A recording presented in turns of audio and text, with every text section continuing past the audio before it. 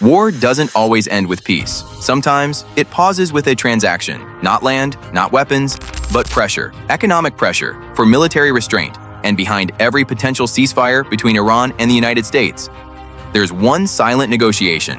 How much pain is each side willing to trade for security? To understand the deal, you have to understand the system. For decades, Iran has lived under sanctions, restrictions on oil, banking, trade, not bombs, but something quieter. Isolation, an invisible pressure, tightening over time. And on the other side, the United States doesn't just project power through military force, but through the global economy itself, a system where access is leverage and denial is strategy. So here's the paradox. If both sides want stability, why is agreement so difficult? Why does every ceasefire feel temporary, fragile, almost designed to fail? Because at the center of every negotiation, there is a contradiction. One side demands relief, the other demands restraint. But neither side trusts the other to move first. Sanctions are often described as punishment, but in reality, they are leverage. The United States doesn't need to control territory when it can influence the system that controls trade. Oil exports restricted, currency weakened, investment frozen. Over time, pressure builds internally, not on governments alone, but on entire populations. And that pressure becomes negotiation power. But pressure creates adaptation, not surrender. Iran doesn't just endure sanctions, it counters them through regional influence, through asymmetric power, through geography, especially here, the Persian Gulf, and more importantly, the Strait of Hormuz, a narrow passage through which a significant share of the world's oil flows. Control here doesn't require dominance, only disruption. So when negotiations begin, Iran asks a simple question.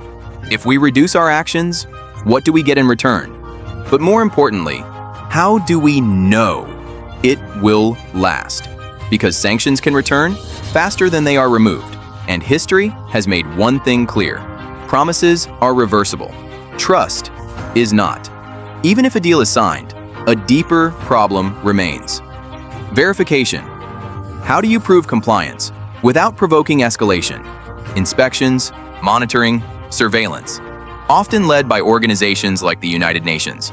But every inspection can feel like intrusion, every delay like deception, and in a system built on suspicion, even cooperation can look like weakness. At its core, this is not just a political conflict, it's a strategic equation. Sanctions are not just economic tools, they are instruments of control. Security is not just defense, it is influence over risk, and both sides understand something deeper. Power is not about winning. It's about positioning. The United States controls access to the global system. Iran controls strategic disruption within it, and neither advantage is absolute. But here's the realization. Ceasefires are not designed to solve the conflict. They are designed to manage it, because a complete resolution would require one side to give up leverage. And in geopolitics, leverage is survival. So instead, both sides maintain the tension. Controlled instability becomes the system. And this isn't just about Iran or the United States. This model is global. Sanctions, counter-sanctions, strategic pressure, from energy markets to supply chains. The same pattern repeats, because in today's world, wars are not always fought with weapons. They are fought through systems, invisible, complex, and deeply interconnected. 8. Ending. Signature style. So, in the end, this was never just about peace. It was about control. Control over economies, over security, over uncertainty itself. Because the real power is not in ending the conflict, but in deciding how it continues.